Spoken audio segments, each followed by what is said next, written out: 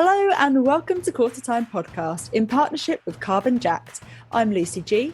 And I'm Lucy P. And we're here to bring you all the netball goodness you never knew you needed.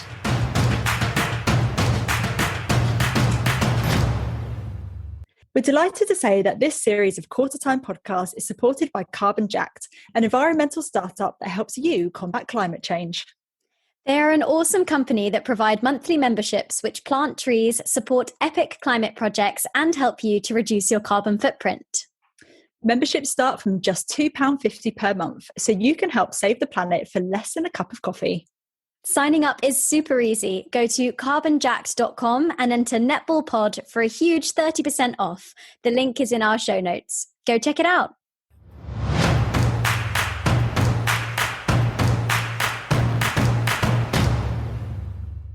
Hello, everyone, and welcome to a super special bonus episode of Quarter Time Podcast. This is actually our first bonus episode of 2022, Luce. It is indeed, yeah. And so, do you want to give us a rundown on what we've got coming up on the episode today? Yes, so this is a recording of a live Twitter space that we held on the day of the Roses 22-23 programme announcement. It was an absolutely incredible event. We had so many people tuning in and we were really fortunate to be joined by some legends of the game. We had Pam Cookey, Camilla Buchanan and Karen Greig join us. It was sort of split into two halves. We had almost like a live podcast panel type discussion to begin with. And then we opened up the floor to the netball family to share their thoughts and their questions. And it was just a fab night. Yeah, I loved it, to be honest. I thought it was so cool. We went into really great detail about all the different positional areas and took a look at the Roses Futures squad as well. So take a listen. This is the full unedited version. And I hope you enjoy it. Let us know your comments and your thoughts on social media as well.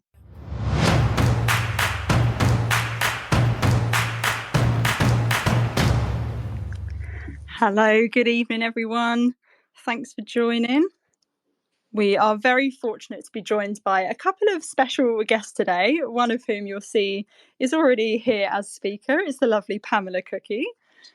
Good evening, ladies. Good evening, all. Hi, Pam. Hey, how you doing? Good. How are you? Well, thank you.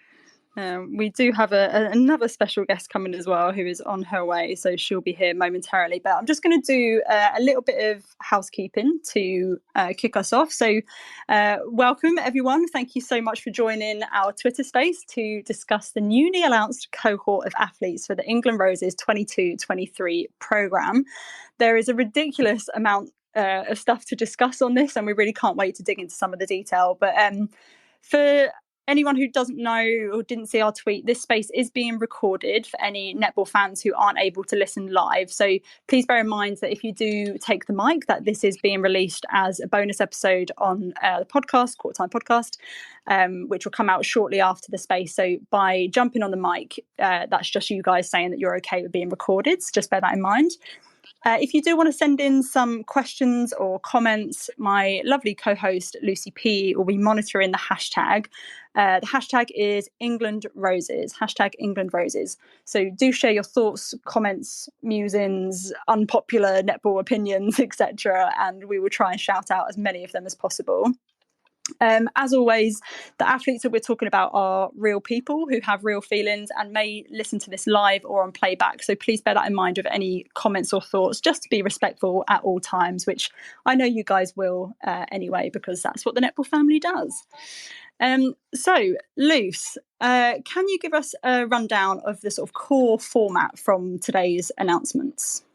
Yeah, so as probably most people will have seen, it's been all over social media this morning. This squad of 24 athletes for the Roses programme was announced today. And the squad of 12 for the Commonwealth Games will be announced later in the year, just after the VNSL finals. And these players will take us through this year and into the World Cup preparations next year, which is very exciting. And in addition, 16 futures athletes have been named, which replaces the under-21 squad. So the under-21 squad is only in action in the lead up to the World Youth Cup, I believe, and the next one is in 2025 in Gibraltar. So a bit of time before that, which means that the Futures programme has expanded, which is great to see. Yeah, so pleased about that. Because remember last year, when I was looking at the list, as fabulous as they were, I was like, oh my God, what about such and such? And what about such and such? So fabulous to see that that's been expanded. Okay, so for today's space, we're going to kind of structure this into two halves. To start with, we're going to try and do a bit of a sort of panel discussion, live podcasting type vibes.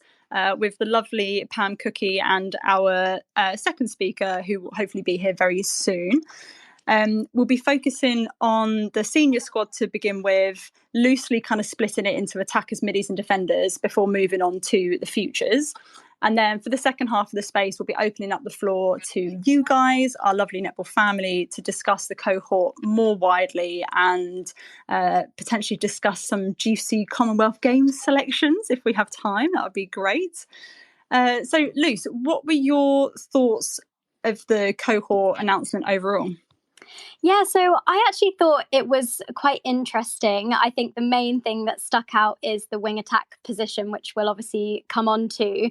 But just brilliant to see all those young guns getting the exposure they deserve. Although there were a few key names missing. But I mean, how good is it that we've got such strength and depth in our youngsters that we're able to say, oh, this person missed out, oh, this person missed out, and really be genuinely devastated for them that there are so many players of that caliber. I think it's also interesting how they fit in terms of which Super League teams are at the top of the table and the concentration of Rose's athletes that they have. And I think that's something quite interesting. But I don't know, Pam, if you had any overall thoughts on the squad announcement today. Yeah, so like you, I was really excited to see the names that were on there. I think Jess and the selectors have kind of watched a lot of the Super League and have kind of picked out some of those players that are kind of really performing and are going to enhance. And it's great that some of the new call-ups that have come in for the first time, that they're seeing the future. Because I think sometimes we just concentrate on the Commonwealth Games that are coming up. And yes, that's massive in our calendar. That is our pinnacle. It's our Olympics. But it's also thinking about the future as well in the World Cup. And I think the World Cup team is probably going to be very different or quite different to what we see at the Commonwealth Games. So it's good that we've got these names and these amazing athletes. I was very excited to see that are kind of in the mix now and are getting used to the programme, getting used to being in that environment and potentially get those opportunities to step up on that international stage so that they're ready when their time comes. Yeah, 100%. I think you're bang on about the Com Games squad and the World Cup squad likely going to be two very different looking squads. I think you're absolutely right there. I think if we start looking at the sort of the senior squad, the attackers in particular, a lot of the comments that we've had on social media since the announcement and that we've seen on England Netball social media, etc., is a surprise at no Corbyn sisters. I think Sasha and Kadeen have each had a very, very strong season. I think Sasha in particular, and I think given the lack of centre wing attacks at the moment, I think a lot of people were expecting one or both of them to be a part of it. Were you expecting them to be a part of it, Pam? I think like you say, they've both had great seasons for Mavericks, and they continue to be like, I played with them back in the day. So they've been in. You used to call it the Pam sandwich. Kadeen at shooting, me at goal attack, and Sasha at centre. So there were some fun times. I think, and I don't know. For me personally, I think they've been in the system for a while, and we've seen kind of what they can do on the international stage, and I'm sure if they were put in those positions again, they would fire. I think it's about how we look potentially to the future now. And yes, the wing attack position is kind of a bit scarce, but you've still got Nat Metcalf in there. You've still got a Laura Malcolm, and I think for this coming next year, it is about kind of developing that strength and depth and trying to maybe see something different to what we've seen before. It's a difficult one because I agree with you. I think they have both performed really well this season, and I think for Kadeen especially, she's taken this year such a bigger step than she was last year. Potentially it could have been some of those inconsistencies that the selectors are looking for. Yeah, but I also wonder, I think domestically, the Corbyn sisters are absolutely extraordinary at times. They're incredible. They get talked about a lot. They have great flair and creativity. But I wonder internationally whether they're able to perform the same. I think sometimes in previous years, particularly with Kadeen, maybe sometimes the pressure's got to her a little bit. It's a very different kettle of fish. So I think in terms of that selection, what do you think that the Rose's coaches are looking for in terms of being able to perform on the international stage as opposed to the domestic stage? Yeah, it's again, I'm agreeing with everything you're saying. It's that that's that consistency. I believe, and that's where I would kind of go down. And like I said, both have had those opportunities in the past, and I know Sasha took a step away from it and then came back in again. And Kadeen, it's been kind of that up and down, and where you see her have this amazing performance and she just dominates a quarter or even like 10 minutes of a quarter on the international stage, you might then get those patches where she's been a bit missing at times. Yeah. And I think it's those points where internationally, when you're up against New Zealand, when you're up against Australia, Jamaica even, you can't really afford for that. And at times we've seen that just be that little bit where she's just not got to that stage yet. Yeah, I'd agree with that. And I think when you look at the attackers cohort as a whole, I think this is probably no major surprises, and I think there's a lot of depth and different combinations that have been tried and tested. And I think it's amazing to see that Liv Cheen has been elevated from the futures after having a fantastic season at Pulse. Do you think that this is England's most settled third? The shooting end? I couldn't tell you what that 12 will be for the Commonwealth Games. I think all the shooters that have been named have been really performing for their clubs, and we've seen them perform. Well, obviously Liv we haven't seen perform in a senior dress yet, but the others we have. And so you'd probably say this is a lot of experience in that, in terms of accuracy and performance in that shooting end. Yes, obviously young Sophie Diel we saw in South Africa, but we haven't seen her at a major competition. Ellie Cardwell, she's just been flying, hasn't she? Both internationally and domestically. And we know a Jo Harton, we know a Helen Housby, what they're capable of. So I don't know whether I'd say that's the most settled end, but I'd say that's one that's really developed, and we've got a lot more options in that area than potentially we have had in the past. Yeah, no, I think you're right. And before we move on, I just want to welcome Camilla Buchanan, Mavs assistant coach. Thanks for joining us. And we've got the lovely Karen Greig as well, Manchester Thunder head coach, of course. Welcome both. Let's start with Camilla. What are your thoughts overall on the programme announcement? Hey guys, thanks for having me. Sorry, had a few technical issues getting on. But no, I think it's an exciting one, isn't it? I mean, to see some of the names that are in there, for me, it's so clear it's gone on form this season, which is fantastic.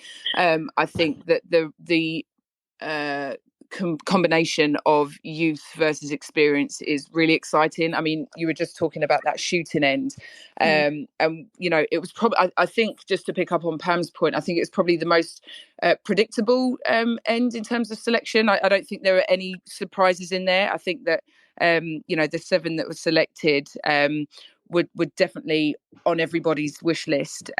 For me, the most exciting part about this end is the youth. I mean, you look at Jo Harton, 33 years old, Ella 30, and then everyone else is 27 and under.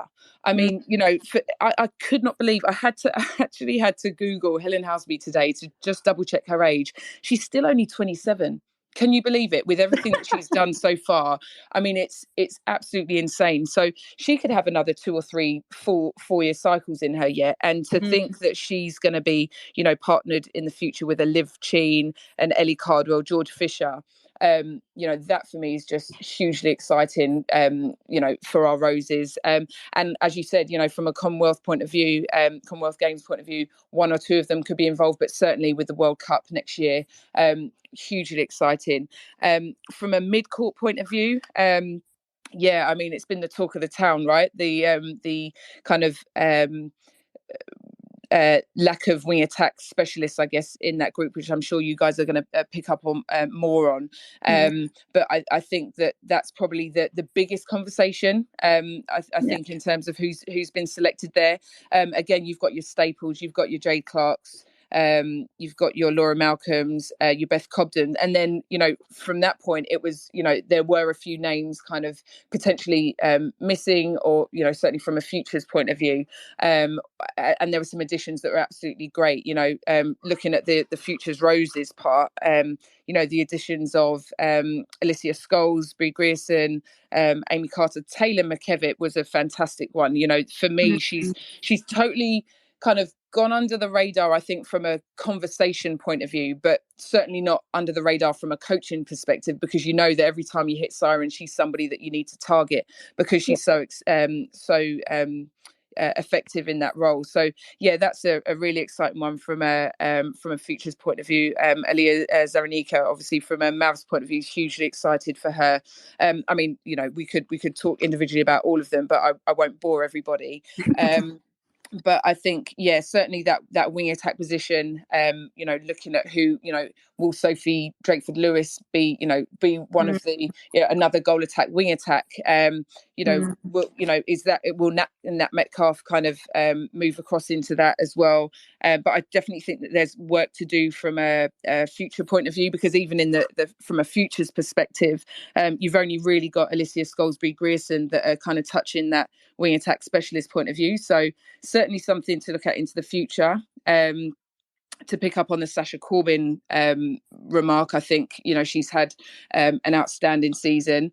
I mean, whether or not that was a consideration from an experience point of view, who knows? But defensively, sorry, I'm just rabbiting on here. Go for it. But again, I think that there's been some really exciting. I mean, Fumi Fudoju was the talk of the town, right? It's absolutely fantastic that she's been put in there. Alice Harvey's been having an outstanding couple of 2 seasons, and then the other people that are in there, you would absolutely expect to be there. So I think a great mixture of youth and experience, and I think one of the strongest kind of roses and futures situations we've had in a long time.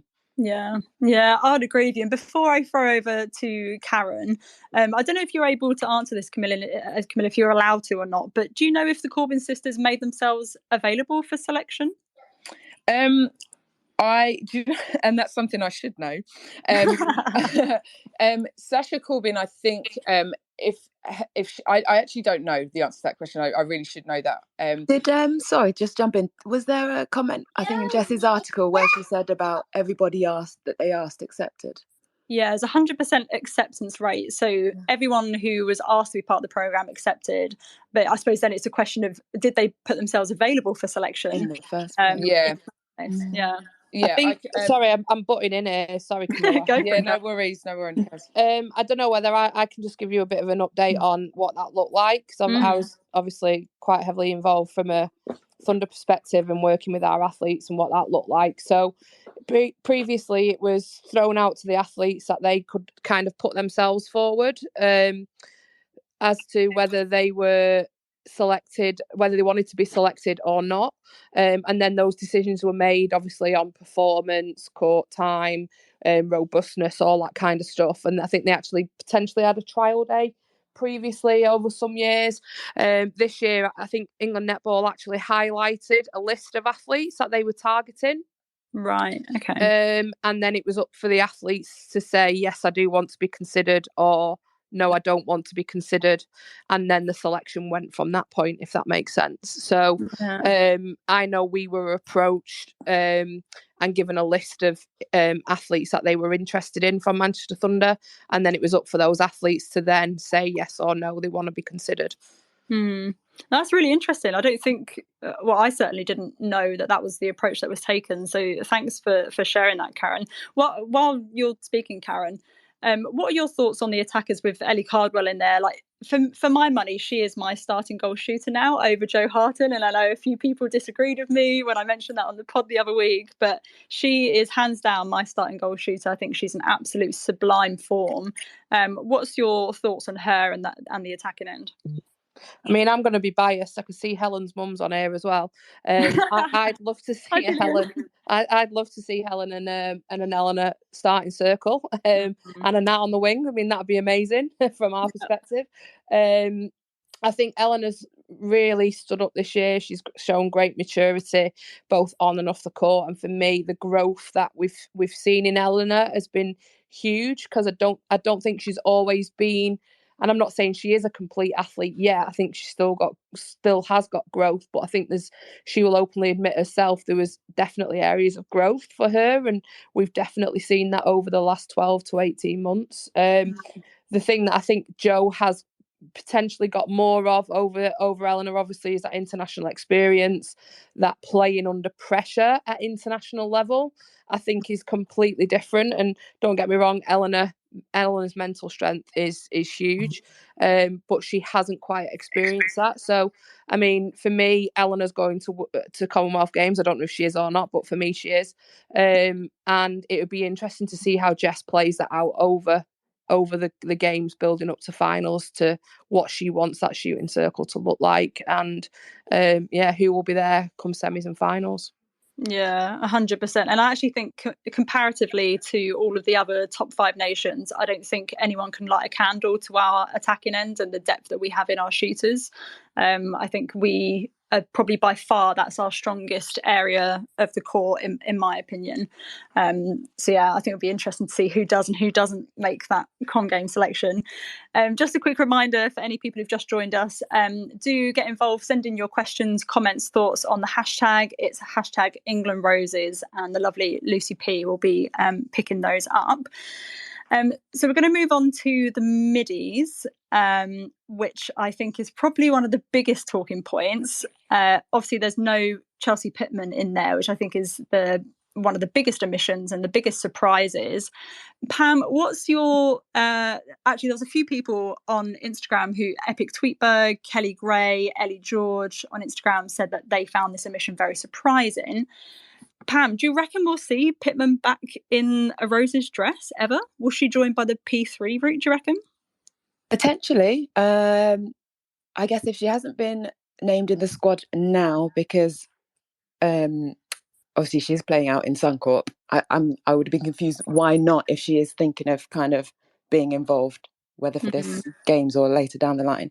Again, it's one of those where when she came in for the quad series, the word on the street was that she was training really well, really settling back into the squad, really having a big impact in there. So I was kind of surprised as well that she wasn't named in that setup. I do think where we are lacking a little bit is that out and out centre. Now we've not got Serena Kirsten. Obviously, you've got a Jade that plays there, but her number one position is wing defence. You get Laura Malcolm. Her strength is mainly a wing defence rather than a centre. They would say themselves. So it's where we're the many wing defence centres we have. Who of those can kind of convert to becoming an out and centre being their number one position is where I think we could get that strength if someone could. Yeah, I mean, that's a really interesting question, and it makes me wonder whether Nat Panagari is going to be brought back into the mix, because she is probably a centre first and then a wing defence. I mean, who knows? Like, it's such an interesting question. And I think the one thing I did see on social media regarding Chelsea Pittman is that her husband's moved to Singapore for work, and I think she's going to be joining him at the end of the SSN season. So I suppose questions of whether she'll be retiring at the end of the season, I don't know, but I think it's a massive hole that she will leave within the Roses. Karen, are you able to shed any light for those who don't know about what the P3 route is in terms of being part of the Roses cohort? God, you're testing me now. As far as I'm aware, when there's a tour, when there's any kind of competition, test series, etc., there is an expression of interest sent out to the athletes. And they can put forward their expression of interest to be involved in that tour, that test series, etc. And then that's taken to the selectors, and they obviously then look at it from a selector's perspective as to whether they're going to invite those athletes in via that P3 route. So I suppose for those who maybe still at university, or I know that Ebenezer Brown went through a P3 route last year, I think, because she was also working as a solicitor, I think it was. It kind of accommodates for them. Am I right? Yeah. It looks something like that. And I think the interesting thing for me is the actual makeup of how the Futures programme actually is going to work this year. I think it's great that there's more athletes involved, and I know that England Netball want those athletes to be roses ready for 2023, and that's why they actually expanded that group to 16, and to see some of the athletes that are getting that opportunity is fantastic. For me, the programme at the moment is heavily midweek training, which I know for some of those athletes is going to be really difficult because there is not a lot of finance attached to that Futures group at all. Like when I say that what they get will barely cover travel and expenses. So for it to be very heavy midweek training could pose some problems for some of them, because obviously you've got to work or you've got to go to university. So I think it's great, and I think it's great that they've increased it and they want that group of 16 athletes to be roses ready and to give them that exposure. It's just, for me, going to be key how that programme actually works for all of those athletes. Yeah, that's a really interesting point. And again, another thing I don't think people actually knew. So thanks for that, Karen. Another omission from the mid-court, and Cam, I'm going to throw to you for this one, is Gabby Marshall. Obviously, she was part of the programme last year. She has had a few injury niggles, which is a real shame, but obviously not featuring in the programme for this coming year. What are your thoughts on that? Yeah, it's a real difficult one. Gabby Marshall is a quality player. I'm sure everybody on here will agree that. I do think it's been difficult with the management of some injuries at really key times, and that consequently has impacted court time, and for selectors to see. So yeah, it's been a really difficult one. I also think the saturation of centre wing defences has made it really difficult to kind of pierce into that group, and there's got to be a point where you can't just keep taking centre wing defences, and I think with the wing defence role being really key for Mavs over the last couple of seasons, that's potentially where she's not been seen, as Pam mentioned, as an outright centre. So yeah, a really difficult and disappointing one. She's still really young though, so over but not out at this point. She's still got a massive future ahead of her as far as I'm concerned. And yeah, it will just be about her picking up. She's a really resilient person, so we'll totally take this on the chin and recognize where she needs to keep going. But yeah, it's been a difficult one. I do feel as though the injury stuff has impacted, and the saturation of wing defence centres. Yeah, the wing defence, I'm a little bit confused by it. We are so centre wing defence heavy, which kind of brings us on nicely to the next talking point that we had around the middies, is this lack of the wing attacks. So across the senior and the future squad, there's only 4 players who have wing attack as their main position, which is Metcalf, Joseph, Grierson and Scholes. Emma Dillo on Instagram got in touch earlier about the sort of lack of wing attack cover, asking, how do we solve this wing attack centre issue? Why do we seem so thin on the ground in this position? I'll throw that open to any of the 3 of you. Why do we have none? Go on, Pam. I see you. Good question. Everyone wants to either be a shooter or a wing. We've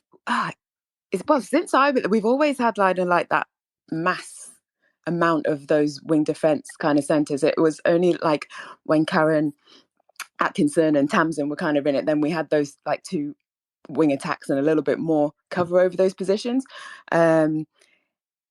It's a funny one for me. I don't understand why, but you either see like a goal attack wing attack rather than a centre wing attack. I don't know anybody. I can't think of anybody in the league who's a centre wing attack. or am I just being really dumb? Beth Diggs, I think. She's a wing attack. She's wing attack. Yeah. So yeah, I don't know. I mean, it's interesting because although there's only two in the main squad as wing attacks, their primary positions, but we have 11 starting wing attacks in the Super League. So it's not one of those positions that's taken by an import. So we do have some, but it's it's the level of sorry, Cam, going in like like whether you would then put them on an international stage yet at this moment in time. And like I would agree with you, and Cam was saying earlier about Beth Dix.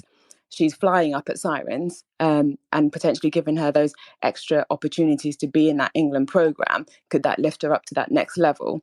I don't know whether, I'm trying to think now back to the other wing attacks, whether they're just ready yet to be elevated into this position above the others that have been selected. That makes sense. Cam, what were you going to say? Yeah, I was just going to say, I think it's only been the last few seasons, really, last few years, that we've looked at positions being specialist. And, you know, typically we've asked for players to have 2 or 3 positions. And, you know, the goal shooter, goal attack one's really, you know, really common. Centre wing defence one's really common. Goal attack, wing attack, we've lost that, I think, over the last 5 or 10 years in the UK. And I feel like the strength, hold on, sweetheart, sorry. I think the strength that we've built in terms of our goal shooters, goal attacks, has meant that the wing attack, goal attack route has been lost.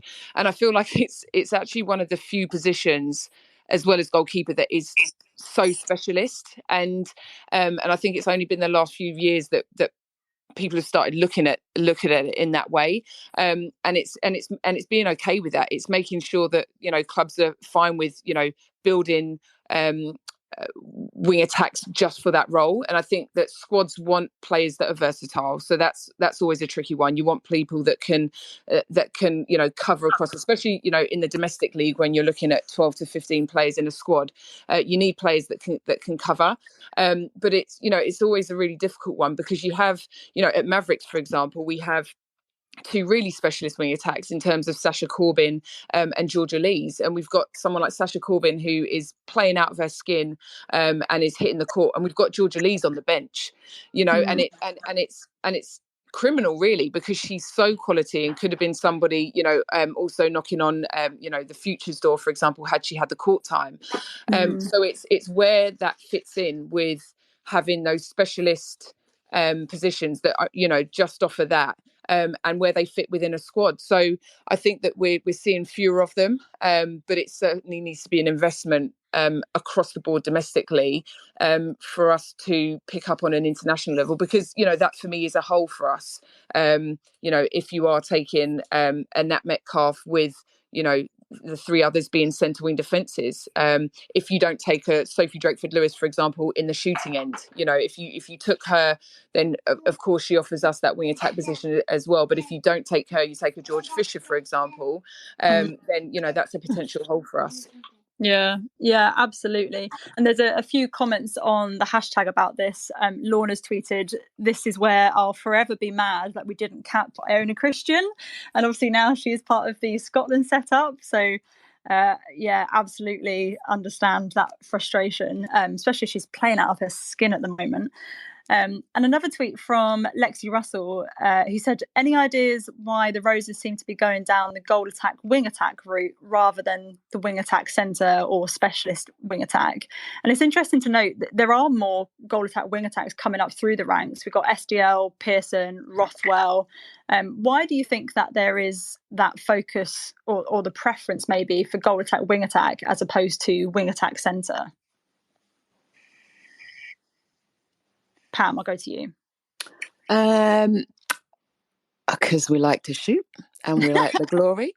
No, I think it's more of it's an easier crossover from a goal attack to, easy is probably the wrong word, but being a goal attack, wing attack, there's much more similarities, I think, than being the wing attack centre.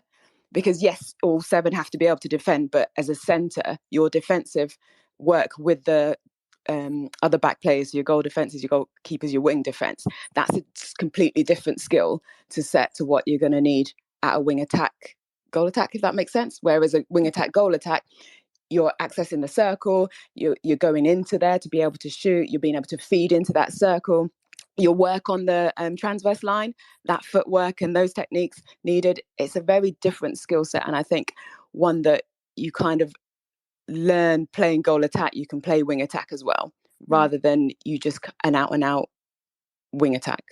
That doesn't make sense. I'm apologizing. Sorry. I think what I'm trying to say is that playing a centre wing defence, I think, is a lot more smoother transition, which is the same as playing a goal attack wing attack rather than that centre wing attack.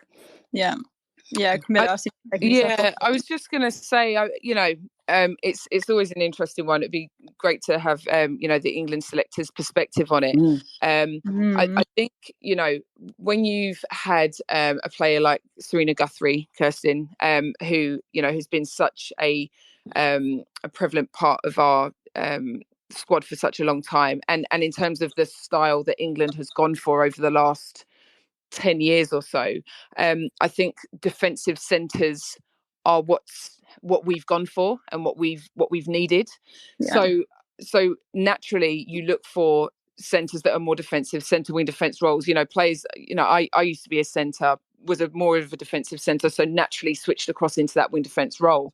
And I think that's potentially been the focus, to have more defensive centres, and then you have that specialist attacking role in terms of the goal attack, wing attack. Typically, and I could be totally wrong for kind of making this generalisation, but when you looked at centre wing defences, typically, centre wing attacks, the defensive game potentially isn't as strong as a centre wing defence, for example. So would you look at shifting that focus into that upper area of the attacking court? So interesting to get an England selector's voice on that, or Jess Thirlby's voice on that, because it is something that is so obvious, and I do think needs to be looked at. Yeah, definitely. I'm conscious as well. I didn't say goodbye to Karen, who had to dip out. She's got a session to go to, but thank you to Karen for her time, if she does listen to this back. I'm conscious of time, and I know that both of you aren't able to stay for an awful amount of time, so we'll move on quickly to the defending end. The biggest surprise to me for this one is that Vicky Oyosola is missing.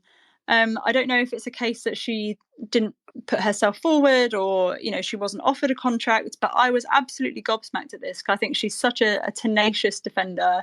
Her closing speed is like no other, and she's one of those people excuse me, who always puts their body on the line for the game. Pam, what are your thoughts on the absence of Vicky? Well, I agree with you in terms of, I think when she's on the court, she is a force to be reckoned with. And she, like you say, closing speed, phenomenal. Her vertical jump, sometimes you just don't know how she gets some of those intercepts. I think potentially one of the issues is that respiratory, if I said that right, problem that she's got. And in terms that she potentially can't last the whole game. Right. And so when you're going into those major competitions and you just don't know what might happen to players, like we saw Layla just before the World Cup with her Achilles, and then you're playing with only 3 defenders and whatnot. So if you haven't got someone coming into that setup who can go for the full 60 minutes against a world-class opponent, then you're already putting yourself maybe at a little bit of a back footing. So potentially that could be a reason why. Yeah, we have seen her sort of hit the bench a few times, both this season and last season. So you might be right. Maybe it is a case that she's being load managed, and this year just isn't quite the year for her, but perhaps next year. And another omission that a lot of people were surprised at was Jodie Gibson. Cam, obviously I'm going to come to you for this one. As part of the Maverick squad. She has been sensational this year, but sadly not a part of it. What are your thoughts? Yes, she has, and she's, she was one of my players that I, 100% would have had in that lineup. Jodie didn't make herself available for this cycle. She has, decided to focus on other things. She's obviously been managing her knee. It's incredible that she's actually been able to get through the last season and up to where we are now with the management of her knee. It's almost a full-time thing for her to manage that, and she's doing it incredibly well. So I think it's a combination of timing in terms of where she's at in lifestyle, the knee management in terms of a full-time program, back-to-back days of training is not really possible for somebody with the joint management that she has to have. So yeah, she didn't make herself available, but she, I think, would have been involved had she been. And yeah, it's a huge disappointment from a Rose's point of view. But again, really young player still. So who knows what the future holds. But at the moment, she's focusing on her domestic competition and yeah, making sure that she's okay. Yeah, I mean that's great to hear that it was sort of a choice that she made rather than her being overlooked for it. And we wish her all the best in terms of managing the concerns with her knee. We had her on the pod last season to talk about injuries. And it was a fantastic episode. And she told us about how she was told that she'd never be able to play netball again. Yeah. And obviously she chinned that right off and said, no, you're not telling me that. And showed great resilience and strength of character to be able to come back onto the court and to play to the level that she's currently playing at. I mean, she's an extraordinary woman. She is. And you know what? It's for me, it's the game has come so far in terms of, I love the fact that a player can turn down, a Rose's position because she knows what's right for herself. And, I think years ago, not even years ago, it probably still happens now, but, players, when they love the game so much, everyone's got that, that goal of being in an England dress. But she's got to the point where that doesn't, define her, and she's putting herself first. And I just love the fact that players are getting to that point where they can make those decisions based on what's right for them, and not because they feel as though, gosh, this is England, this is the be all and end all. I just love that type of empowerment in players. And I think that's possibly why she's having the domestic season of her life. Yeah, for sure. Lots of love coming in for Jodie on the hashtag as well. Lorna said it's sad to hear Gibson didn't make herself available, but more than a reasonable excuse as to why. Fingers crossed we see her back in the fold soon. 100%. Lots of love for Jodie. Another sort of big talking point defensively, obviously the senior squad has now got Fedoju, who's been moved up from the futures. My girl, my favourite person. We've also got Alice Harvey and Zara Everett in the senior squad as well, which is fantastic. I was gobsmacked that Harvey wasn't in the futures last year. I think this is probably... we've got a lot of depth defensively now, I think, but we are set to potentially lose maybe 4 during the next cycle, as some of the big names will come towards the end of their careers. Do you reckon that this defensive group can continue the momentum of us sort of having that reputation of a formidable defensive end? Pam, I'll throw to you first. Oh, definitely. I am just so excited about these youngsters that are coming through. Just such fearlessness, but that talent to go with it as well. And Fedoju is also one of my faves. And the excitement that she brings, and I think partnering up and getting this opportunity to start learning from the likes of Jiva, Ebony, Layla now will just put us in great steads going forward. And yes, we're one of the most capped teams. So we do have quite a few youngsters in there in terms of they've got experience, like Cam was saying about Helen. But we've also got some that experience in that defensive end, which are getting kind of a little bit older and potentially won't see it out the whole cycle. So the fact that you have got these youngsters that are already performing at that high level and just need that little bit extra more to get them completely fine on the international stage, it is a great asset for us. And the likes of Azara Everett, just week on week, that netball smarts, that game sense, as well as her physical attributes, is such an asset to this team. And yeah, I'm enjoying what potentially will come from our defensive end. And we now got, because the worry was who was going to be the next Giovamento in terms of a keeper. So now you've got an Alice Harvey who can step out. You've got for me that can play goalkeeper as well, but I like a kind of a goal defence or a wing defence causing some mayhem. But we've got options now. Yeah, 100%. And just to say, Camilla had to jump off and do mum duties. So thank you so much, Camilla, for your time and your thoughts. Who do you think, Pam, are the future starting goalkeeper, goal defence, wing defence for England? As in, like this Commonwealth Games or future? I don't know, maybe a bit of both. Maybe the next sort of 3-4 years. Or will that change? Will it change throughout the course of that? I think it will change, and I think we'll see. Because now you're not going to not have a Giva mentor as your goalkeeper, and then you've got Ebony, who's performing really well at the Firebirds, kind of backing that up. And then Layla, I think she's one of the best goal defences in the world at the moment. Yeah. So you've got your kind of now positions, and then like I was saying, in the future, I think you'll definitely see a Funmi in there. I think you'll definitely see an Alice Harvey, a Zara Everett, kind of covering that wing defence. Potentially move her into centre. I would love to see her try and make centre her kind of own position. She's got the engine there. I think she could definitely do a really good job there. So. To give you specific names, I think there's still a mix, and it will be ever evolving. And I think we'll get to see more of the youngsters in kind of like the test series and those competitions building up to the major champs. Because in the major champs, you want your experience out there. You want those that you have been through it before and know how to get through. Because 12 days of full on back-to-back gameplay and being able to step out against different styles of play, different opposition, is something you have to learn first. You can't just kind of drop people in there. I think it's unfair just to drop people in there to kind of sink or swim. You give them those opportunities in the test series, and then when it comes to major comps like a Worlds, like a Comms, then they're ready to go.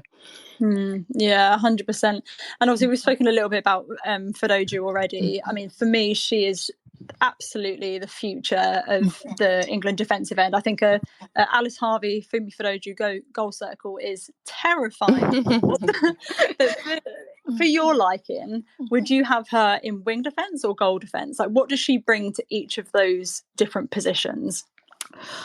I like her at wing defence in terms of that range is so deceptive. But when she's at wing defence, she needs to be playing in a structure, whereas then she's allowed to go for those flies. She's allowed to kind of be that obstructive, not being in obstruction, but, being that obstructive kind of force in that area. But I also like her at goal defence because I think she works round the shooters really well. She gets those tips. She gets those rebounds. She also puts kind of fear in them when they're about to shoot, because they don't know whether she can then jump that shot or she can get that shooter-to-shooter pass. So I think she just keeps working at both positions, and then she makes herself a guaranteed pick for any coach because she can play both so well. Yeah, and of course we've seen her in goalkeeper as well. We saw a few games for Pulsar she was in goalkeeper, and I was really sceptical at first, but boy did she nail it. She was absolutely sensational. It doesn't have the height to be sort of a traditional goalkeeper. I think she's about the same height as me. I'm about 5'8", so she's sort of deceptively short, but her range is deceptively long. Incredible person. Definitely, and that's, I think that height bit is where I think that goal defense, wing defense is probably where she can really make her own against some of the giants. I don't know where they've all got these growth spurts from. Like, when I go courtside, I'm like, I'm short. I never thought I was this short. I know. When I did the commentary for the school games last year, they were under 15s, but my God, I felt so small. I was absolutely tiny, and they're only, they're babies. But yeah, incredible stuff. So we're going to move on. Pam, I'm conscious you obviously have given up a lot of your time already. If you need to go at any point, please feel free. You're welcome to stay for as long as you like. We love having you. But we're going to move on to the futures section now. So obviously the specific objective for the Futures is to prepare a cohort of athletes to be Roses ready after the 2023 World Cup, which was part of the press release today. An omission from, I mean, there's so many talking points around the Futures, but Sienna Rushton is not part of this.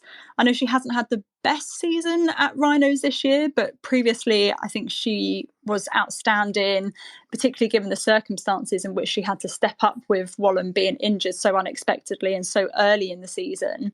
And Dan Ryan tipped her as a future star. What do you think's happened there? Why do you think she's not present this year? I'm really, and please feel free to, when you want me to shut up, I'll just listen for a little bit before I have to go. So if you don't want me to answer, oh gosh, questions, no, always. But for Sienna, I really rate her, and I've been sad that she hasn't had that much opportunity at Rhinos this year to be able to keep developing it from what we saw last year. I know Bree has been playing phenomenally at goal attack, and I can see what's going on there. And obviously you've got Siggy Berger in the back, but I think I would have liked to have seen her be given more opportunity and develop further. Yeah. And that's potentially why she hasn't got a place now. But she's so young still. So it's for her to kind of keep heart and keep developing herself and speaking to the coaches and whatnot on where she can potentially get more court time. Yeah, I do wonder if we'll see a move from her next season, or whether she'll stay at Rhinos. I think she's still at uni at the moment, so maybe it will be that she'll do another year there. Of course, we don't know if Tracy Robinson will still be there next year, or if they'll have another new coach. So I suppose there's a lot of unknowns. But what I love about her is that she's really tall. Like, she's a tall goal shooter. And I know a lot of people thought that she was predominantly a goal shooter last year because of her stepping in for Wallen, but she actually started out in goal attack, and I love that kind of, I do love a short nippy goal attack, but I also love a very tall rangy goal attack. So yeah, I think she's definitely going to be part of that England setup in years to come, without a doubt. Yeah, definitely. I see her kind of like a Joe Harton, so in terms of that height, that accuracy on shot, but then also she's got that game sense and gameplay at goal attack. So both positions, she could really do some damage there. Yeah, absolutely. A few omissions from the Future squad, which I think surprised a lot of people. There's no Jazz Audio-Barron, there was no Annabelle Roddy, and also no Beth Akuya-Dale, which that was probably the one, along with Beth Dix, that surprised me the most. I think Beth has had an incredible season, and she's basically taken ownership of that starting bib from Gabby Marshall, who we mentioned earlier has had a lot of injury niggles.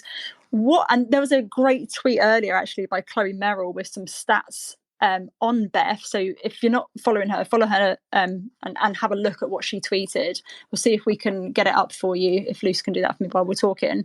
But what more does Beth need to do in order to get included? She's had such a great season for Mavericks, and like you said, she's really stepped up when she needed to, and that kind of being able to slot in, like we talk about centers being able to be that defensive center, but then also be able to attack through that call and still be able to give good passes into the circle. She's really done that.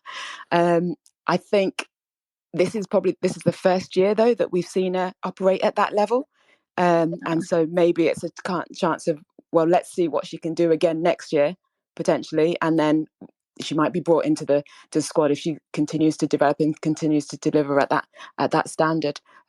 Like it's like this squad isn't like we talked about, whoever's going to pick for the Commonwealth Games is potentially not the same squad that's going to go to the World Cup, and I think that's the same for this programme.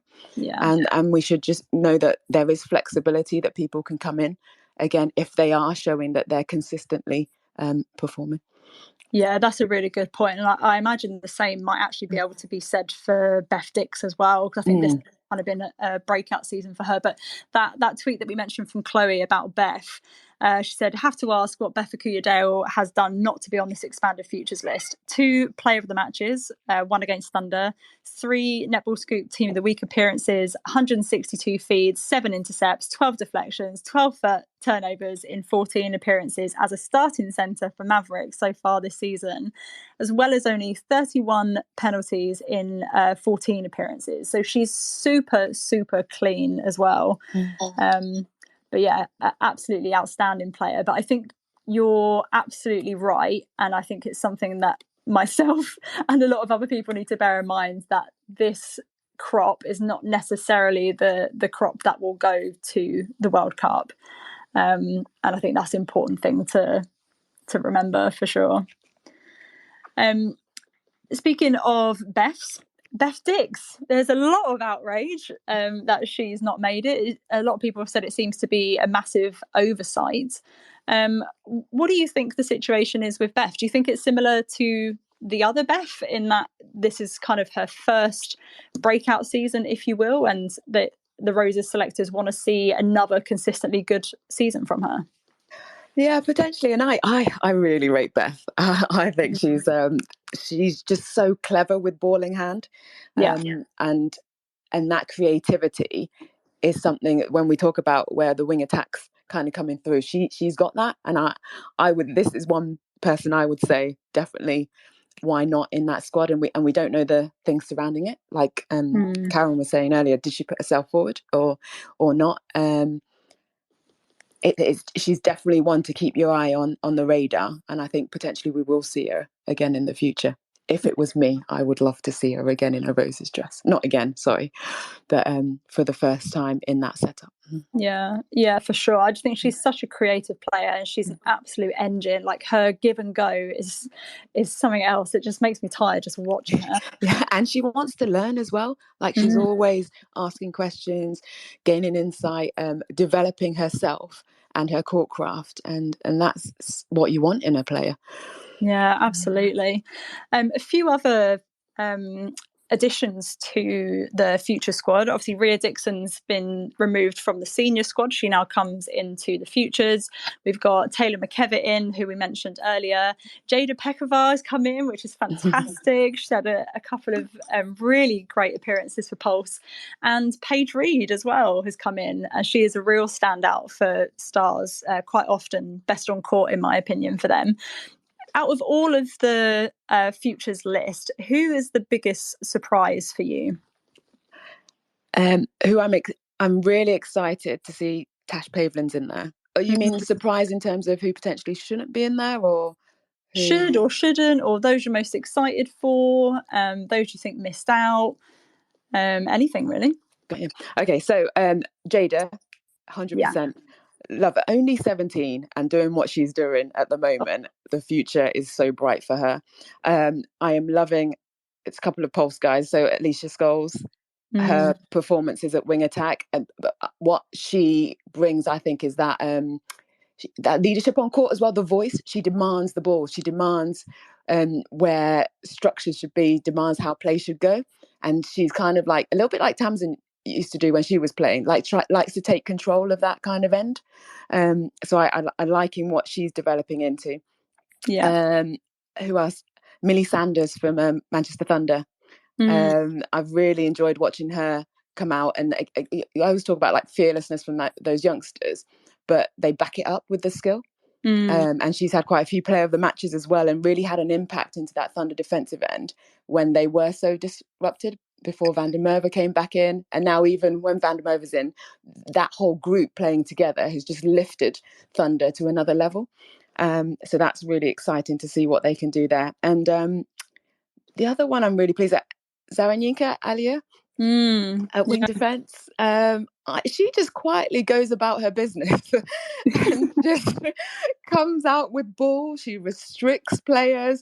Like, you know you've had a game when you're playing against her, because it is so difficult. And she's taken that opportunity. She's taken it off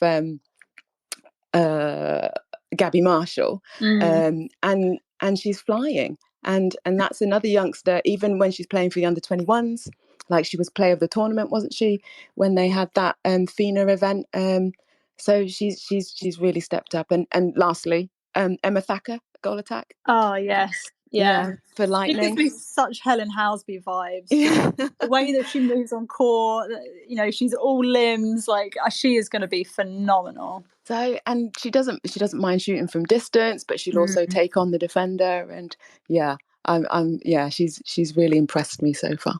Yeah, for sure. There was a great tweet from Sophie Annabelle who said that I feel as if we need a test series against a lower ranked team to see the youngsters get their chance. I think that's an incredible idea. Someone at Just Thirlby quickly. You know, I'd love to see an under 21 or a futures team against oh gosh, I don't know, a Trinidad and Tobago or a Barbados. I think that would be absolutely incredible. Yeah, no, I totally agree, and that's where you start to get that confidence and get your stripes when you know you've stepped out, because playing internationally is so different to playing just Super League, and it's not just Super League, because our Super League is so competitive, but it is a different mindset, and it is a different kind of experience playing up against different countries' styles, and yes, we do have some imports in our league, but playing against a whole team at that side is very different. And so if we can give those youngsters those opportunities, and I know they get, obviously when we have test series, they play practice matches against the opposition. That's also a really good environment for them to be at, but it's not like, you know, in front of crowds and that kind of, it's always behind closed doors, isn't it? So giving them those opportunities and those chances would just take their games to another level. And I love the fact that it's not just the under 21s, the futures program, because sometimes we lose players, because once they get over under 21s, they're still amazing athletes and players, but they just haven't quite made it into the national side yet, the senior side yet. So at least they've got that chance to kind of have a couple more years potentially developing, and then they can make their way into the Full Times Roses program. So it's great that it's a bigger pool and not just restricted to that age range. Yeah, I think that's actually a really important point, I think, because we've obviously seen with Danelle Wallen that she's 27, 28, and she's obviously just made the Diamond Squad for the first time. So that's a really important acknowledgement, I think, actually. Sorry, Luce, I cut you off there. Were you going to jump in? No, I was just going to say the future is so bright and so exciting, isn't it, to see all of those youngsters and to imagine what they're going to be like, you know, if we're thinking ahead to Olympics, you know, in 10 years, you know, some of those youngsters would very well potentially be in that side. And that is actually quite a frightening prospect, I think, for other nations to worry about. So, yeah, it's been amazing. Oh, thank you so much, Pam, for your insight and everything so far. We're going to move on now to our next section, which is a bit more of an open discussion. We're going to talk overall about all the different things. You're very welcome to stay, Pam, but I realise we did agree 45 minutes and we've definitely gone over that. So thank you so much. No worries at all. I'm going to listen in and check out what everybody else has to say as well, because I'm really interested to hear opinions. Oh, that's absolutely brilliant. Thank you so much. So if you do want to speak, anyone listening, do put the request to speak on, and we will do that. And yeah, big thank you again to Pam. So great to have your insight. How lucky are we? I sometimes pinch myself a bit, Luce, that we get to talk to all these cool people. So yeah, thanks again. Do put your requests in if you do want to speak. We're going to go on to talking a bit more about the overall squad, a bit about the kind of VNSL distribution, and then just any other thoughts that people have. A couple of tweets. I'm really sorry if I've missed your tweet. There's been so many that I haven't been, even though that was my one job to do that, I wasn't able to keep up with it all. A couple of thoughts. Sophie said, Hart and Housby, Cardwell are locked in for me, with SDL and Fisher competing for that fourth spot. Or we'll just take 5 shooters with SDL as wing cover and sacrifice the other core areas. Very interesting point. Yeah, we will definitely come on to the Commonwealth Games discussion a bit later on. And Sophie Annabelle has compared the Australia and New Zealand situation. So for centre and wing A, Aussies have Hadley and Watson, and New Zealand have Saunders. Still low numbers even for top 2 sides, but Aussies have best balance of centre wing A and centre wing defence. Yeah, 100% agree. I think if anyone's listened to the podcast with Noli and Taurua, it's really interesting, her talking about the selection and the process for that. Definitely check that out on Inside Netball. And the last one, which I just thought was quite funny, Lorna said, manifesting Julie Fitzgerald bullying some of our wing defences into becoming wing attacks. Julie Fitz will be our Lord and Saviour. Heard it here first. Really tickled me. So yeah, thanks everyone for sending in, and apologies if we didn't get to your tweet. I have tried to reply to everyone, but I don't think I have managed it, I'm afraid. So yeah, do keep sending in your requests if anyone does want to speak. If not, you'll have to listen to my dulcet tones, I'm afraid, and you've probably heard enough of that already. So yeah, you gonna carry us on, Luce? Yeah, I mean, we've got a shy bunch tonight, not many people wanting to come on the mic, so Pam, you are stuck with us for a little bit longer. But something, a really interesting talking point, I think, as a more general kind of topic, is the representation from the different VNSL franchises. So for the senior squad, Lightning have got 6, Pulse have got 4, Thunder have got 3, Bath have got 3, Mavs have got 1, and Rhinos have got 1. And there's no representation from Storm, Dragons, or Wasps, and there's no players either in the futures or the main squad. And I think this is actually the first time, possibly, Pam, you might be able to correct me if I'm wrong here. I think it's the first time that Wasps hadn't had any Roses representation. I find that really interesting. Like, what is it that those clubs like Lightning, Pulse, and Thunder and Bath are doing well to be able to have so much Roses representation, do you reckon? It's the pathway. So from Bath, from right when we started, and we were coming second to last again, before we then kind of hopped up into that kind of top 4 and then winning it.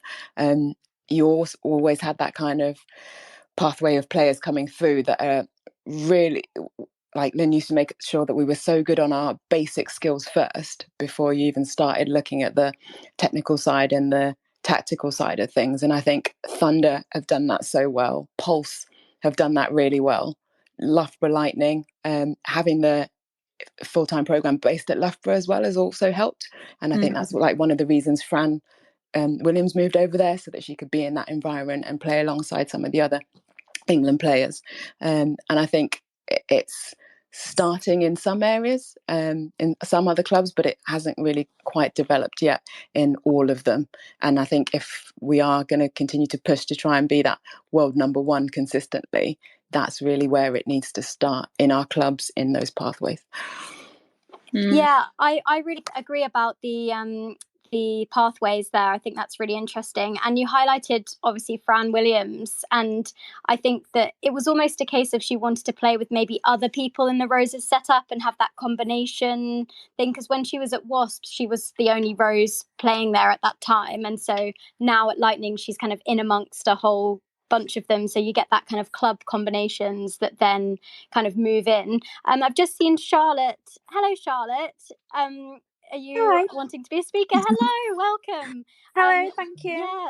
And we've got Ali as well. Oh, and Ali as well. They're all trickling in now. Hi, Ali as well. So yeah, if you guys had any overall thoughts on the squad, on anything we've discussed already, or just anything else you wanted to bring to the table.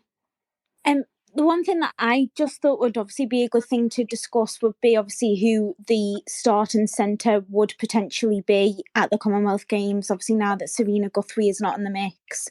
Because I think one of the things that I think it will come down to for me at Commonwealth Games is who out of ourselves, New Zealand and Australia, can really nail down their starting centre, because obviously New Zealand haven't been able to do that really since Paul Langman left. And you know, I know that for a lot of Aussies there's still question marks over Kate Maloney, or is it Hadley? So yeah, I just kind of thought, you know, who should our starting centre be? I don't think it's obvious at all at the moment, really. Yeah, I agree. I think that that's a really important point. And for me, at this point, for the Commonwealth Games, it's Jade Clark. I think she's your steady person that you want with that experience taking that centre bib. But I don't know if, you know, she would necessarily do the full 60. I think it might be a combination a combination situation, or you have someone else come on at 3/4 time for impact or something like that. But yeah, I think it's a really interesting point. Ali, do you have any thoughts on that centre position that you want to share? Not on that centre position. I was just jumping on to kind of follow on from what Pam was saying. That, you know, you're asking about the representation from the different Super League clubs. And in terms of Thunder, I guess their feeder area is Manchester, and one of the big clubs in the area is Oldham. And I went down actually to Oldham a few years ago now it'll be, to see what they were doing there, to why were their players so well drilled, so good. And their under-8s actually do exactly the same warm-up skills, all that kind of thing, as their seniors before they even start. And every single session starts the same. And it's like Pam was saying, those basics are so finely tuned, their footwork, their passing. They do the same thing every start of every training to really drill that strong basics into them. And I think that's why they've got such that high standard that they've been following since, some of them under 7s now, under 7s, under 8s. And by the time they get to seniors, they're just, it's second nature to have that speed and that good footwork. Wow, that is amazing. I mean, what an opportunity for those young players. And also what they have is kind of directly beside them, they can see the girls who've gone on to do it, you know, who they can aspire to be like and really look up to as well.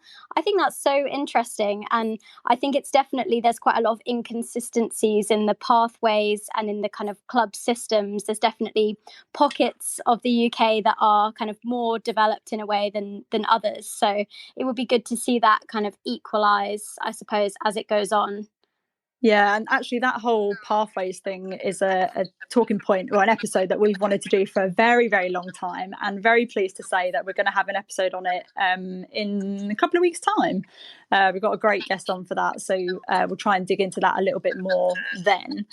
But I think that whole thing around the club representation, Pam, from like an international perspective, do you think there's benefits of having whole units play together at club level? And do you think that would influence sort of international selection? With thinking of, you know, Laura Malcolm, Nat Metcalfe, Ellie Cardwell, do you think that's going to work in their favour in terms of international selection?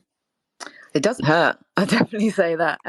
When you're playing week in, week out with those players at that same standard, it definitely helps you improve and helps everyone around you step up. And then it means when you do go into the England setup, it's not a combination that then has to start working on or start developing and getting those connections together. I think if you have, like, say there's like one or two players that are coming in that haven't played with those systems before, then you can kind of learn over the time. But say like our Super League finishes, I think Jess was saying there's 6 weeks before the Commonwealth Games.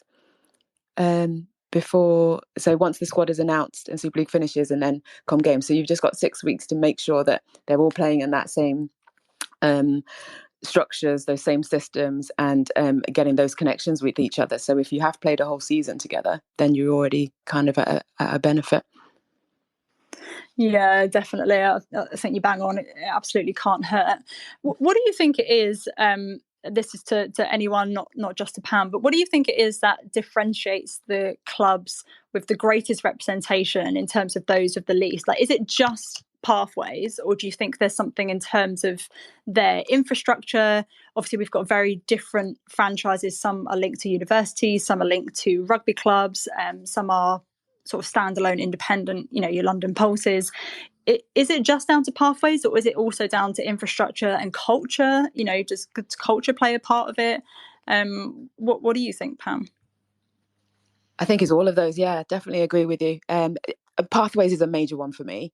I think if you're starting at those earlier ages and they're getting up to grips and knowing what it is to play at that level, to play that, yes, we're not fully professional sport yet in terms of the funding and whatnot, but in terms of performances on court and training, people are professional.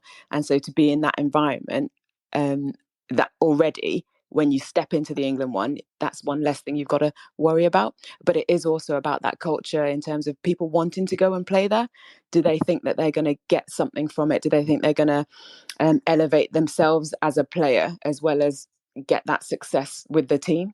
And success breeds success, doesn't it? If you want to, why do we play? Because we want to go out, perform, be the best that we can be, but also get those trophies as well and get those wins under our belts.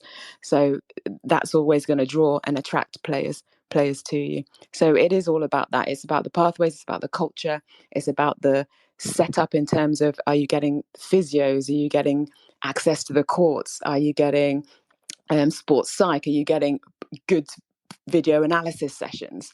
Like, all those is not just about what happens in those 60 minutes on the court, it's about everything else outside that as well. And so if a club is ticking all those boxes, then players are going to want to go there, players are going to want to buy into it, and players are going to stay as well, rather than hop between different teams. Yeah, absolutely. Just a reminder as well, if anyone does want to speak, please just put in that speaker request. We'd love to have you up, and you can ask Pam some questions, discuss sort of anything that you want, really. Charlotte, is there anything you'd like to add at all in terms of the sort of franchise representation or anything wider?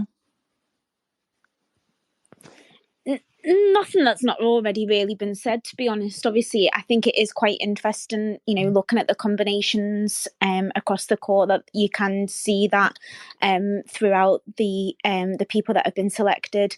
And the same, I think it's quite interesting also maybe just to look at the fact that it's some of the teams that obviously are competing for that top four that are most heavily represented within that as well. Yeah, it's really interesting. There's a great tweet from Sophie Annabelle who said it would be good to see how many players in current franchises came through the NPL. I know some of the Mavs lot were in the Storm pathway at one point, just from having some youth at our club in the Storm NPL. Why haven't players been retained? So yeah, really, really interesting. I think another talking point, and something, this might be a really simple answer that I'm just being a bit silly as to why I can't figure out, but every single player on both the senior squad and the futures list is listed as having two positions, when we know for a fact that there are a number of specialists. Like Jiva Mentor, for example, is listed as goalkeeper, goal defence, but I don't think she's played goal defence for a long time. Pam, do you know, is this something that's intentional? Do they have to just have two? I don't quite understand it. Can you shed any light? I think potentially from way back, you've always had to kind of put all down the positions you play, and so like I would always put down goal attack, goal shooter, and I wing attack, third position, but I predominantly play goal attack. So, but if needed, I could play goal shooter at international level. Same with, like you're saying with Jiva, I can't remember the last time she played goal defence, but I think she could probably still do a pretty good job there. And so that's, I would say, would be my rationale for having those two positions put down. And also historically, as Camilla was saying earlier, it's always a benefit to play more than one. Yes, you can specialise, but if you do have that versatility to be able to do a job, and a good job, in a second position, you've got to put it down, and it gives you that more selling power, sorry. Yeah. I don't know, what do you think? No, I'm 100% with you on that, Pam. I think it's difficult, isn't it? Because it's that balance of specialists versus versatility, and I think that we're kind of, we're towing that line with it now. And I think it's a really interesting one. Just a quick comment: we've had a few tweets sent in on the hashtag. Lucy, great name, Lucy Roche. She said, I think the clubs that have been around longer have better pathways, as they are just generating girls from under 11 to senior level constantly, so they get the highest level at every age. So yeah, that's a really interesting point there. And then another comment that was from Debbie a little while ago, which is more of an overview comment. Debbie Ryan said, there's a new cohort every year. Players will come in and out. Important to recognise that for every player we want to be in, someone has to be out, which is a very, very good point, Debbie. There are constraints, e.g. budget will play a part when players can commit to a centralised programme. Exactly, obviously, as we know, we're not fully professional yet. So there is also that constraint in terms of travel and financing that and things like that. And unfortunately, netball players don't get paid £1 million, which is a crime. Outrageous. I know. And a comment from Carolyn Hughes here. Assume a home Pinnacle event is far more stressful than an away one, which is why we might see a very different Roses programme announcement next year. However, many of our Commonwealth Games gold medalists may want that last chance at a World Cup. I have to say, if it was me and I was coming to the end, but there was a World Cup just coming and I was in any way eligible to be considered, then I think I would be going for that, because I wouldn't want to leave that unturned. I don't know what you think about that, Pam. Did you ever feel there was a sense of, I'll just go for one more? Yeah, when I retired, I was like, no, I'm done. But I did finish the 4-year cycle and did the World Cup, and then that was when I kind of hung up my boots. So, but it's interesting that though, because Serena, her plan was always to do the Commonwealth Games and then retire, and not go for that World Cup. So everyone's got kind of different mindsets in terms of what their goals are, what they're trying to achieve, and what their body's doing as well.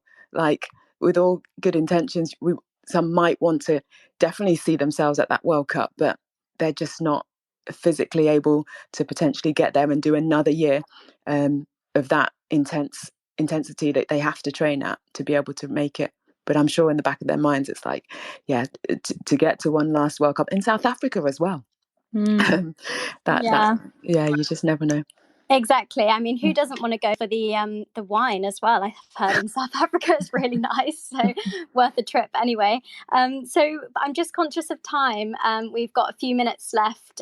So Pam, we would love to know your Commonwealth Games squad of 12, and then we'll throw that out to anyone listening who wants to come on and speak as well. So yes, your squad of 12 for the Commonwealth Games as it stands. Wow, you've really got me, haven't you? I should have just something like, sorry, gotta go. Yeah. Oh, sorry, you're breaking up now. I'm just going to the tunnel. The signal's really bad. Oh God. Okay. If I was to go as of this very moment, it would be Stacey, Frances Bayman, Layla Guscoth, Jiva Mentor, Ebony Osuro Brown. And I know I've not put Funmi in there. It's only because she's just coming back from injury. I think she just needs to get another year of full training under her belt, and then she can smash it in the World Cup next year. Yeah, fair enough. Midcourt, I've got Jade Clark, Beth Cobden, Nat Metcalf, and then I'm going to go Laura Malcolm in that bit. And again, it's experience. I think with the loss of Serena, this is going to be the strongest four in that midcourt to be able to kind of keep up to that level and be able to do a job. And then shooter wise, this is where I'm struggling. It's hard, man. This is hard. So I've got standard Helen Housby is in, Jo Harton is in, Ellie Cardwell is in, but I'm struggling between a Sophie Drake-Lewis and a George Fisher, because I think George is having an outstanding performance in New Zealand. So strong, so accurate. She's playing up against some of the world's best defenders and is still bossing it. But then with a Sophie Drake-Lewis, I think she still has so much that she can give, and she can play across to that wing attack position as well. So it just adds that little bit of versatility. And I think she has been a little bit quiet for Team Bath this year, and I don't know whether it's a little bit thinking ahead to the Commonwealth Games, whether or not selection would be made. But I think she's definitely one that we need to keep an eye out for the future if she doesn't make it for this Commonwealth Games. Yeah, I mean, it's interesting because if you do go for, I'm trying to think of who's older out of SDL and George Fisher. I think is it Sophie? I think Sophie's slightly older. But if you do go for a George, or even either of those, to be honest, that's only one sort of young gun that you're blooding into the squad ahead of the World Cup next year. And as we've said before, like the World Cup squad will probably be quite different. Is that enough exposure to that next crop of players that's going to come over or is going to come through if you're not taking a Fumi Fidoja as well? Yeah, this is a good one. But I think that's yes, you would get a lot of experience from it. But I also, you don't want to put too much pressure on her too early. And like I said, because of those injuries, because remember we missed her in the quad series as well because she had a little nickel, and so it's just kind of, because I know from my experience when I was first selected for the Commonwealth Games in Manchester in 2022, and I did my ACL, and I don't want to wish, and that was, looking back on it now, I know my body wasn't physically ready to play day in, day out at that intensity, and all the prep stuff that we did before to get us ready for the Com Games, I just broke. And I just don't want to see that happen to a Funmi. And that's why I'd say just give it another, this Commonwealth Games isn't be all and end all for her. She's got such an amazing career ahead of her, I know for sure. And we've got test series coming up because Jess and the England netball have been so good in terms of putting a lot of opportunities out for the players. We've had so many test series that other countries haven't been able to have.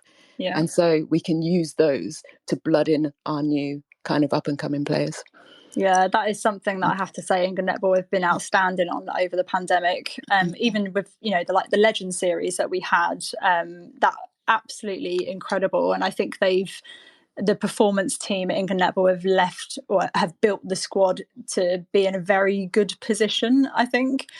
I think that's a really key point about Fumi, and you're actually making me question whether she would be in my squad now, because it's something that Sam Bird's spoken about before as well, is about safeguarding her, because she is still a teenager. She's 19? She's literally a teenager, so she is going to have so many cycles in her to perform in. So is this going to be just a tad too early in order to safeguard her future in our sport? It's I don't know. Claire, I see you've come on as a speaker. Great to have you. Was there anything you wanted to share, or your Com Games 12? Well, we were talking about kind of potentially lost athletes. So you might have athletes that are in pathway programs that then they go on to university, because obviously the girls are looking to have careers as well. And then they come out of a pathway. They might not be playing in a Prem team or anything close to them. And we're wondering, how... you could kind of like have a whole crop of kind of lost athletes, and how difficult or how easy it is for them to get back into higher elite competition or pathways or squads once they've kind of come out of it.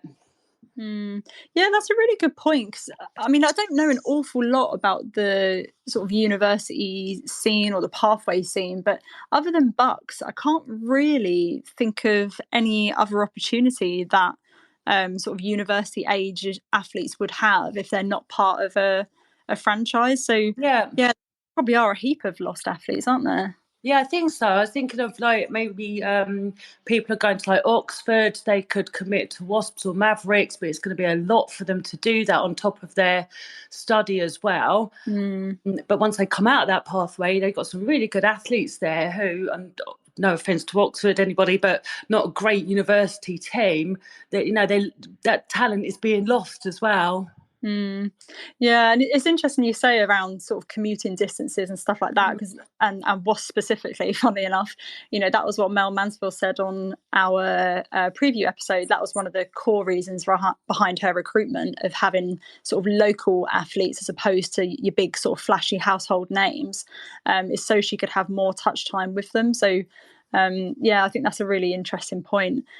I don't know if you have a squad of 12 for Commonwealth Games that you would like to share, just to put you under pressure.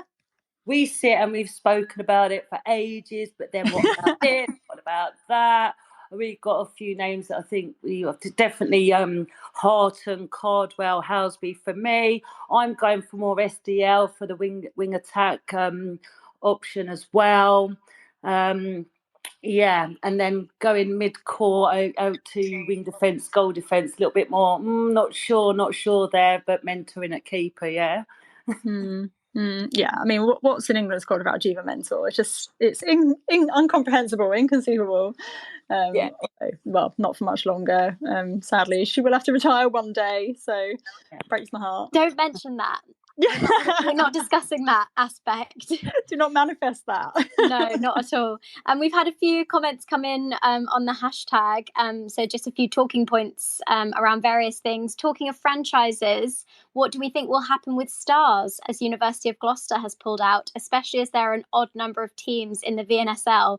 Oh, that's a can of worms, isn't it, Lee? Yeah. The number of teams in the VNSL. That's an episode on its own. We've spent many an evening discussing that topic, haven't we? What do you think, Claire? What do you think? What was that? Sorry, about VNSL. Yeah. Right. I'd be quite interested to hear people's thoughts about if we didn't have a Super League and if Prem League fed more into what is our Super League now, but it's like a Premiership division, and then the Prem Leagues feed into that. And I know it's money, isn't it? A lot of it's money and player commitment because of budgets and that. But yeah, I'd be quite interested in not having a Super League.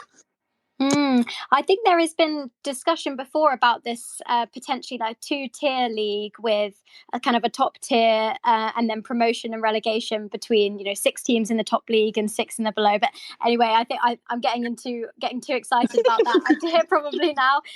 That's one of my main things that I love bringing up at every possible occasion. But I think it's an opportunity over the next few years to see how we restructure the league and whether what impact that has. And obviously having more teams means more exposure for players from a Roses perspective at that top level, but there are downsides, obviously, like you mentioned, with the finances things and are we spreading the resources too much? It's a whole conversation. I think it's definitely something to consider. A couple of other bits on the hashtag. Sophie Annabelle, hey Sophie, has said we also have to make sure clubs are maintaining good links with Prem teams as well as having their own pathway. Prem League could be an essential feeder system, doesn't just focus on developing youth. So similar to what you were saying, Claire, then about that connection. And I think that's something that I personally really don't know very much about at all, is the Prem League. So I would love to know more about that and for there to be kind of more coverage. Other couple of thoughts on here. Lorna has said, I believe the pathway has failed in bringing through wing attacks when we most likely would have struggled for a wing A spot. Pittman came and filled that void. However, we only have Nat realistically now, and that simply isn't good enough. Yeah, difficult conversation around that we've discussed as well. Hannah Joseph in the mix as well, but not really that many other options that we're seeing at that senior level. But also Hannah Joseph wasn't given the court time when she was selected in the squad for the last test series. So. Yeah, you're very right. It's been all Laura Malcolm, who I think has really come on since the first time we saw her in the wing attack position. But is that the one that we need? Who knows? Or is she better in wing defence? Couple of other thoughts on here. Oh, yes, just a comment from Sophie about the specialist players. So it's only this year that specialist players have had a second position added. In the 21-22 squad, Jiva and George definitely didn't have GA listed. Wonder whether it's to appear more versatile to aid selection or to bamboozle opposition head coaches' selections. Love that idea, Sophie. I'm always up for bamboozling somebody. Amazing. So thank you so much to everyone who sent your comments in. I'm really sorry if we missed them. We have had so many that have come in, so really, really grateful. And it's been so great to see all of you on here. Massive thank you to our speakers who came on, Pam, Cam and Karen as well. And yeah, just massive thank you to everyone for listening. And if you're listening back on the recording, thanks for doing that as well. We are obviously Quarter Time Podcast, and do check out our recent episodes and everything coming up. Always get in touch with us on social media if you've got any comments. We love chatting about netball, in case you haven't realised. So we're always open for a good chat. Thank you so much, everyone. We're going to wrap up now for the evening. Enjoy the rest of your evenings, everyone. Cheers, everyone. Have a good one. Thank you so much, Pam. Thanks, guys. Take care. Good night. See you.